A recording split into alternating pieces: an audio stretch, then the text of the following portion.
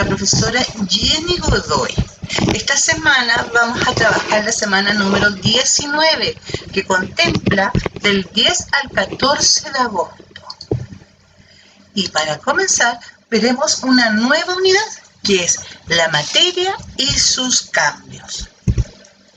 Y para conocer esta nueva unidad, trabajaremos nuevamente con nuestro libro de Ciencias Naturales. Comencemos. Vamos a conocer qué es lo que es el modelo corpuscular de la materia. Pero antes, vamos a recordar qué es lo que es la materia. ¿Ya? La materia es todo lo que nos rodea, todo lo que ocupa un lugar en el espacio, que tiene masa y volumen. Prácticamente todo lo que existe en este mundo es materia, inclusive hasta el mismo oxígeno también es materia.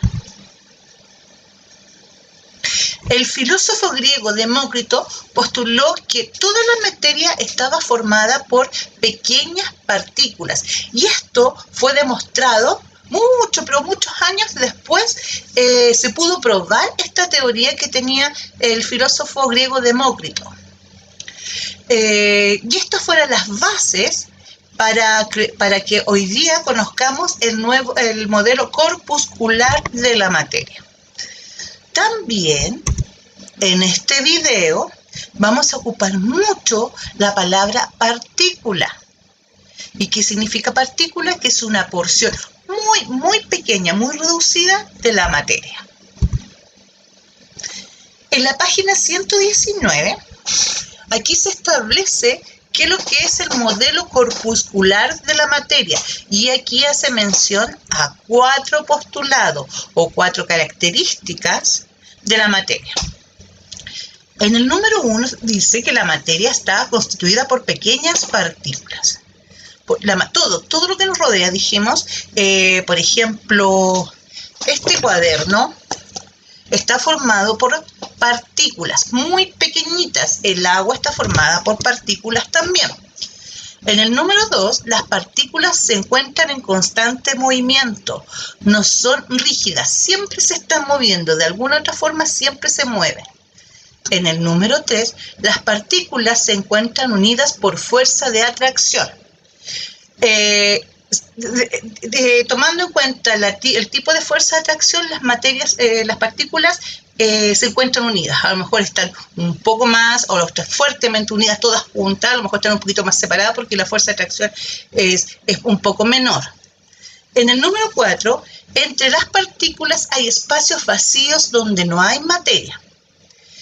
Pensemos que están las partículas con una fuerza de atracción muy fuerte, pueden estar muy unidas, pero entre medio de ellas hay espacios donde no hay materia.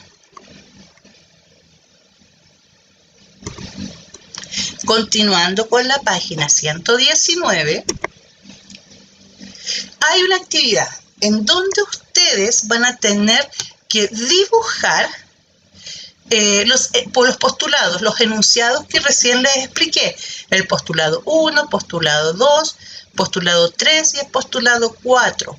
Según el modelo corpuscular de la materia, tienen que dibujar cómo se encuentran las partículas en cada postulado. ¿Cómo se relaciona el modelo corpuscular con los estados de la materia?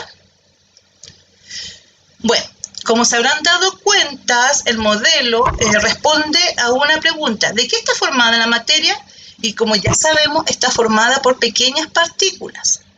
En los postulados 2, 3 y 4, además describen que el comportamiento de las partículas varía según el movimiento, la fuerza de atracción que tiene, las distancias entre sí. Por lo que este modelo nos ayuda también a entender las diferencias que se observan entre los distintos estados de la materia, ¿ya?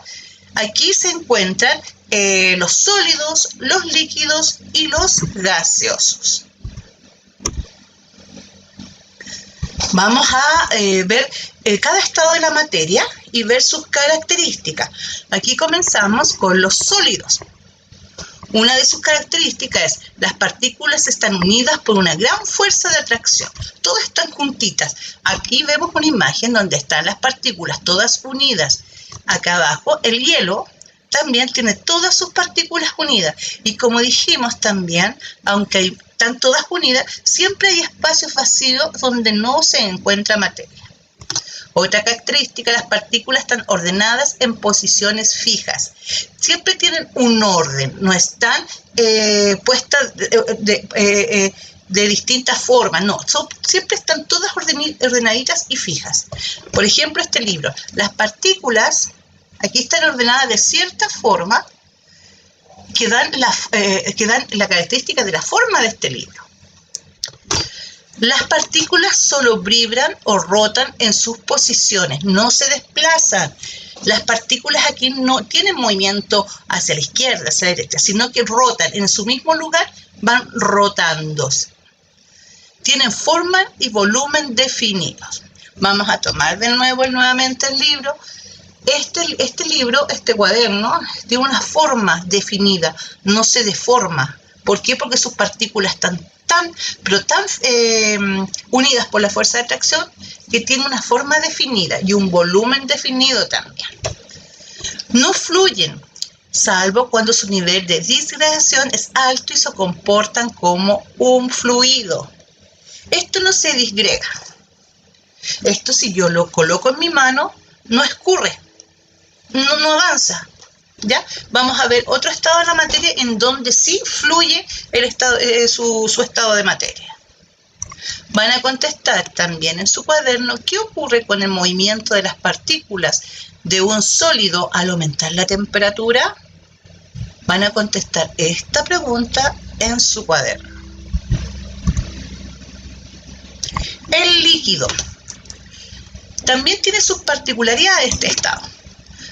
Las partículas están unidas por fuerza de atracción de mediana intensidad. Aquí los líquidos, como podemos ver aquí en esta imagen, estas son las partículas del líquido. No están tan juntas como los sólidos. Aquí también se ve más claro. Aquí están las partículas de esta gota. También hay espacios vacíos donde no hay materia. Y sus partículas están un poquito más separadas. Las partículas están más separadas que el estado sólido, lo que les decía. Las partículas vibran, se desplazan y rotan. Aquí las partículas se mueven un poco más y también van rotando. Tienen forma variable y volumen definido. Se adaptan a la forma del recipiente que los contiene. Pueden fluir con facilidad. Por ejemplo, tengo este vaso con agua. Aquí está con el líquido, ¿cierto? Tiene forma definida porque toma la forma del recipiente. En este caso, el recipiente aquí es el vaso. Fluye. Si yo lo derramara en mi mano, esto correría, fluiría, se movería. Entonces, tiene facilidad para poder escurrir y moverse. Y las partículas acá, como pueden ver, están más separadas. Por eso puede fluir. El estado gaseoso. Las partículas están unidas por fuerzas débiles de atracción. Aquí las partículas están muy separadas, muy disgregadas. Como lo vemos acá en la imagen, están súper separadas. Aquí tenemos una nube y aquí están mucho más separadas de lo que es el agua. Las partículas están muy separadas entre sí. Las partículas vibran, se desplazan y rotan con mucha facilidad. Ocupan todo el espacio disponible. Por ejemplo, en este lugar donde estoy, hay aire, oxígeno. Y aquí ocupa todo este lugar, ocupa ese oxígeno, ocupa todo este espacio. ¿Por qué? Porque sus partículas están muy, muy separadas. No tienen forma ni volumen propio. ¿Ya?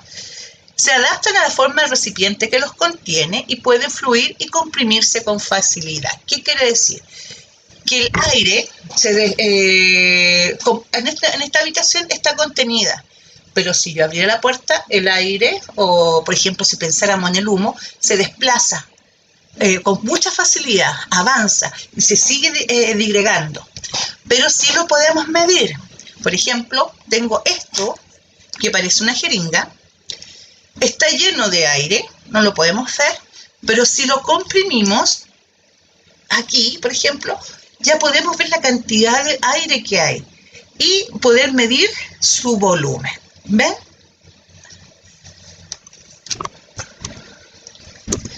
En la página 121 tenemos otra actividad donde deben analizar una situación. Nos dice, lee la siguiente situación, luego responde las preguntas en tu cuaderno.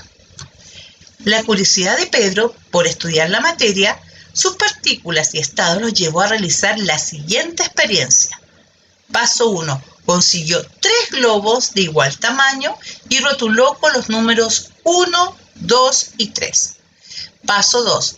Llenó los globos 1 y 2 con la misma cantidad de agua e introdujo el globo 2 en el congelador durante 3 horas.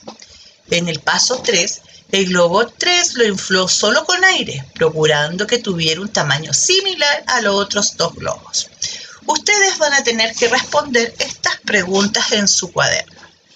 A representa a través de un dibujo cómo se encuentran las partículas al interior de cada globo. ¿Cómo se imaginan? Según lo que vimos anteriormente, ¿cómo están las partículas? Si están con una fuerza de atracción muy fuerte, o si están disgregadas, se lo tienen que más o menos ir pensando y realizando los dibujos. B. ¿Qué sucede con las fuerzas de atracción y el movimiento de las partículas de agua en los globos 1 y 2? Aquí deben implicar qué pasa con la fuerza de atracción. C. ¿Existen diferencias entre las partículas del aire que te rodean con aquellas que se encuentran al interior del globo 3? ¿Por qué? D. ¿Qué crees que sucedería si Pedro introdujera el globo 3 en el congelador? ¿Qué pasaría? A lo mejor pueden tener un globo en su casa y lo pueden llenar de aire y colocarlo en el congelador. Entonces ahí podrían ver qué pasaría con eso. Verían si se congela o no se congela para que puedan responder. ¿Consideras que Pedro fue riguroso en el procedimiento que realizó? ¿Por qué? Y como les dije anteriormente, para poder responder estas preguntas pueden volver a leer la página 19 de las características de la materia. Los cambios de estado de la materia. Los cambios de estado son los cambios físicos que presenta la materia, ¿ya? Y que ocurre en la naturaleza. Cuando una sustancia cambia de estado, experimenta solo una transformación física. Es decir, varía su aspecto, pero continúa siendo la misma sustancia. Los cambios de estado se producen por absorción o liberación de energía térmica. Esta agua, por ejemplo, si yo la pongo en el congelador, se va obviamente a congelar, se va a convertir en hielo. Pero va a seguir siendo lo mismo, va a seguir siendo agua. No va a cambiar, no se va a convertir en aceite o en otra sustancia líquida. No, siempre va a cambiar su forma física. Es agua y va a seguir siendo agua aunque esté congelada. ¿Qué cambios de estado se producen por absorción de energía térmica? La energía térmica es la energía, la temperatura. Tenemos aquí un sólido que pasa a líquido. Esto se llama fusión. Es el cambio del estado sólido al líquido. Este cambio ocurre a una temperatura específica para cada sustancia sólida, llamada punto de fusión. Para que un sólido pase a estado líquido es necesario que absorba energía térmica, de modo que sus partículas aumenten su energía cinética y cambien de estado. De un sólido a un líquido necesitamos mucha energía térmica, mucho calor, ¿ya? En el caso, por ejemplo, de un hielo. Al aplicar calor, el hielo se derrite y se convierte en se convierte en líquido. ¿Y qué pasa con sus partículas? Se van separando y se produce energía cinética. El cambio del líquido al gaseoso se llama vaporización. Es el cambio del estado líquido al estado gaseoso y puede ocurrir mediante una evaporación o una ebullición. La evaporación ocurre a cualquier temperatura y solo afecta a aquellas partículas situadas en la superficie del líquido. En tanto, la ebullición ocurre a una temperatura específica llamada punto de ebullición y con gran agitación de las partículas. A ver, para explicarlo de otra forma. Un sólido, para que pase a un líquido, por ejemplo, un hielo, tan solo sacándolo del refrigerador, del congelador, ya se produce la vaporización. Ya se produce porque ya se empieza a derretir. Pero en cambio, el proceso que el líquido se convierta en gaseoso, necesitamos mayor temperatura y esto se llama el punto de ebullición. Más claro es cuando hierve el agua. Cuando hierve el agua en la tetera, necesita mucha temperatura para que haya un cambio de líquido a gaseoso. Y cuando se produce se produzca el gas es cuando llega al punto de ebullición, la temperatura máxima para que pueda cambiar de estado. Van a responder estas preguntas que dice, señala un ejemplo de la naturaleza en el que se evidencia la fusión, o sea, del cambio del sólido al líquido. Y la siguiente pregunta, ¿qué ocurre con la energía cinética de un líquido al absorber energía térmica y al liberarla? También la van a contestar en su cuaderno. También tenemos un proceso que se llama sublimación. Es el paso directo de un sólido a un gaseoso. No pasa por el estado líquido, sino que de un sólido inmediatamente pasa el cambio a un estado gaseoso. Y algunas sustancias experimentan este cambio. Por ejemplo, la naftalina y el yodo. De sólido pasa inmediatamente a gaseoso. ¿Qué cambios de estado se producen por liberación de energía térmica? A continuación describimos los cambios de estado que se producen por liberación de energía térmica. En todos ellos las partículas liberan energía, por lo que disminuye su movimiento, es decir, su energía cinética, lo que aumenta la fuerza de atracción entre ellas y llegan a unirse. Cuando tengo mayor temperatura, la energía cinética, el movimiento es mayor, ¿ya? Pero eso es cuando absorben energía, pero cuando liberan energía térmica o liberan temperatura, la energía cinética de las partículas se pone a ser más estática y aumenta la fuerza de la atracción, ¿ya? Y se llegan a unir. Tenemos del estadio gaseoso al estado líquido. Se llama condensación. Es el proceso inverso a la vaporización. Es decir, el cambio desde el estado gaseoso al líquido. Esta transformación sucede cuando las partículas de un gas pierden energía cinética y no logran vencer sus fuerzas de atracción, lo que provoca que se acerquen hasta formar pequeñas gotas. Acá hay una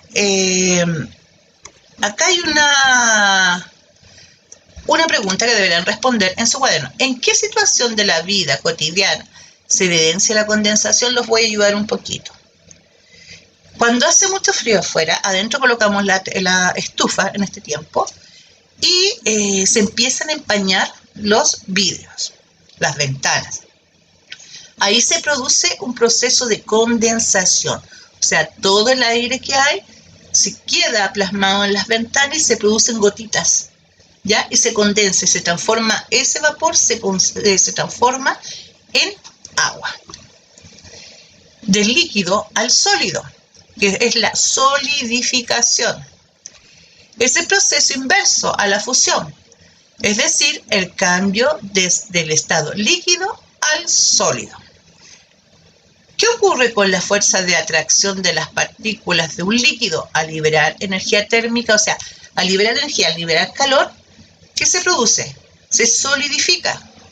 En este caso también una ayuda de un líquido, de esta agua, como les decía anteriormente, la coloco en el congelador libera energía térmica, libera temperatura, sus partículas empiezan a estar más estáticas, la fuerza de atracción también se hace más fuerte y se solidifica, esta agua se convertiría en hielo por las bajas temperaturas, por la baja energía térmica. También tenemos un proceso que se llama sublimación inversa. Es el cambio directo desde el estado gaseoso al sólido, sin pasar por el estado líquido. Por ejemplo, al enfriar el yodo en estado gaseoso, se forman cristales de yodo sólido. Esto es lo contrario a lo que habíamos visto anteriormente, del sólido, cuando pasa a gaseoso directamente, que es sublimación, y del gaseoso que pasa hacia el sólido, que se llama sublimación inversa. Ninguno de los procesos, ni la sublimación inversa, pasa por el estado líquido. Muy buen trabajo, niños. Espero que les haya quedado muy, pero muy claro todo lo que tiene en relación a la materia. La siguiente clase, para la siguiente semana número 20, vamos a continuar con los estados de la materia. Y si tienen alguna duda, necesitan enviarme sus trabajos, todas las actividades que han desarrollado, recuerden realizarlo a jenny.godoycavieres@colegiobm.cl. Cuídense, aún no estamos bajo peligro, así que quédense en casita, ¿ya? Cuídense y que estén bien. ¡Chao!